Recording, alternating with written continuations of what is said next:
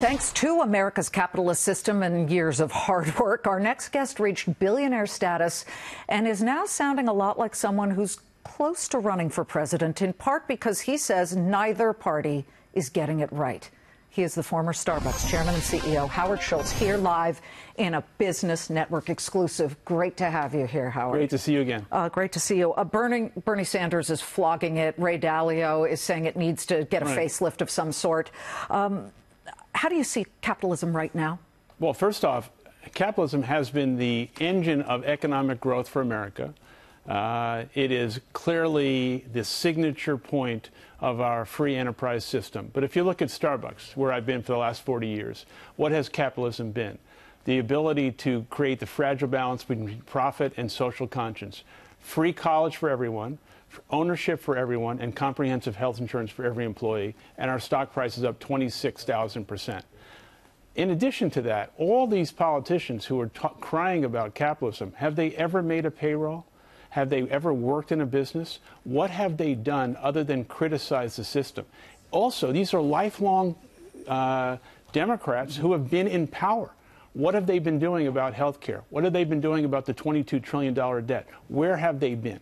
Well, that becomes the question. But when you talk about capitalism, you know, Peter Georgescu is this refugee who went from refugee to CEO of Young and Rubicam. Yeah. He didn't say capitalism is dead. He said capitalism is slowly committing suicide because it went from what was not just for the shareholders, this free market, no government intervention for both shareholders and employees, to now sort of this short-termism where the shareholders really kind of are the only ones who benefit. So I guess the question becomes, when you look at somebody like, say, President Trump, who's a businessman like yourself.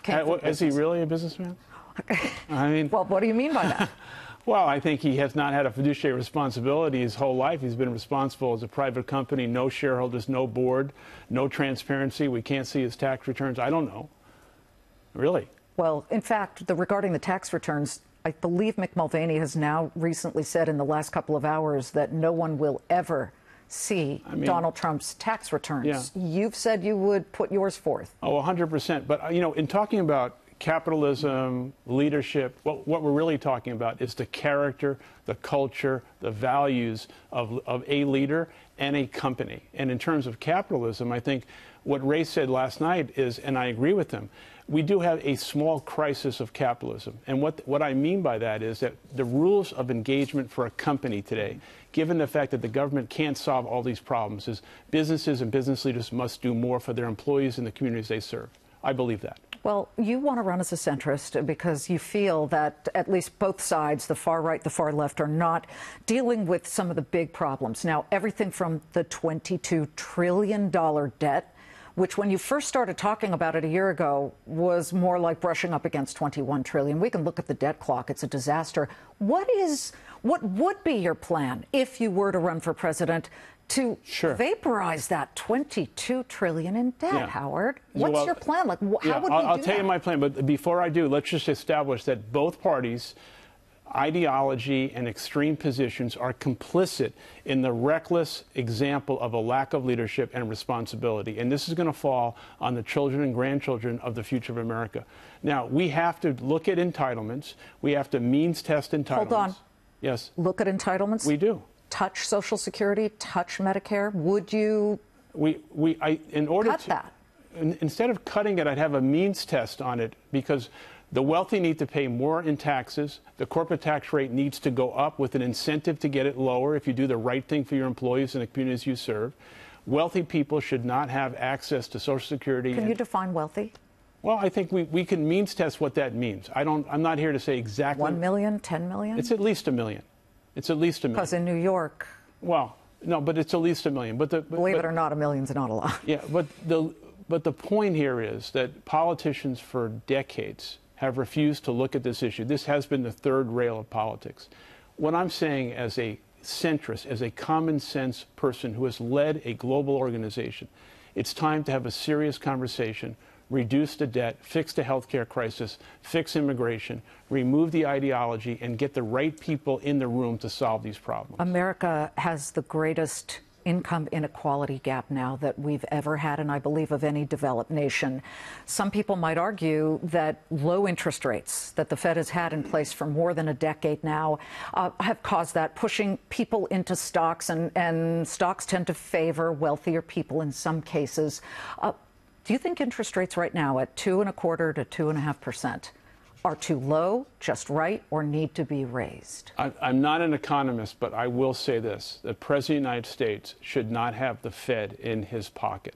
The Fed and the Supreme Court need to be above the system and should not have any linkage to executive power. And I think what's going on right now with the Fed and the President's influence is not right for the American people. President Trump has just floated Herman Cain as a possible nominee for the Federal Reserve Board. Herman Cain, of course, ran for president. He had a chain called Godfather's Pizza. Yeah. Is he somebody you would ever think of if you were in charge to nominate for the Federal Reserve? I don't know Herman Cain, but I mean, what we need is people who have significant financial experience who can be a fiduciary of the country. I don't know if he has that experience or not. It seems like a lot of people are questioning that. I need to talk to you about tax reform because the Wall Street Journal has a new poll out today that says people aren't feeling the tax cuts, even though the GOP tax plan gave 2/3 of households, along with corporate America, a decent tax cut here. Carried interest is suddenly back in the news. You have Bill Pascrell as one of 2 senators who are coming forth with a new plan to get rid of this loophole that often, for those of you who don't know what it is a loophole that allows very wealthy private equity people to count their income as, Yes. taxed at a much lower rate than the rest of us. Yeah. So that's a loophole you would what? Close? Keep open? I would close that loophole. I would do something else. I would link the capital gains to ordinary income, and so that there's a lot of money there as well. But the president had a massive opportunity for comprehensive tax reform. He did not take advantage of that. He had a massive opportunity for infrastructure development, did not take advantage of that. What did he do? He gave a 21% tax rate to corporations who did not need it and who got rewarded. Don't you think we needed to be competitive, though? We were the highest among developed nations. But not at 21%. What, could have gone to 25? 25, 26, with an incentive built in to do the right thing, train your people, educate them, provide health insurance, give back to your community, a number of things. And this goes to the original question about capitalism. People have a right to be concerned about whether or not businesses are doing enough and if shareholders are making too much money. Here's a fact. 40% of the American people today, 40% of American families don't have $400 in a bank for a crisis. That's why the economy is bifurcated, and this president has used the stock market consistently as a proxy for the economy.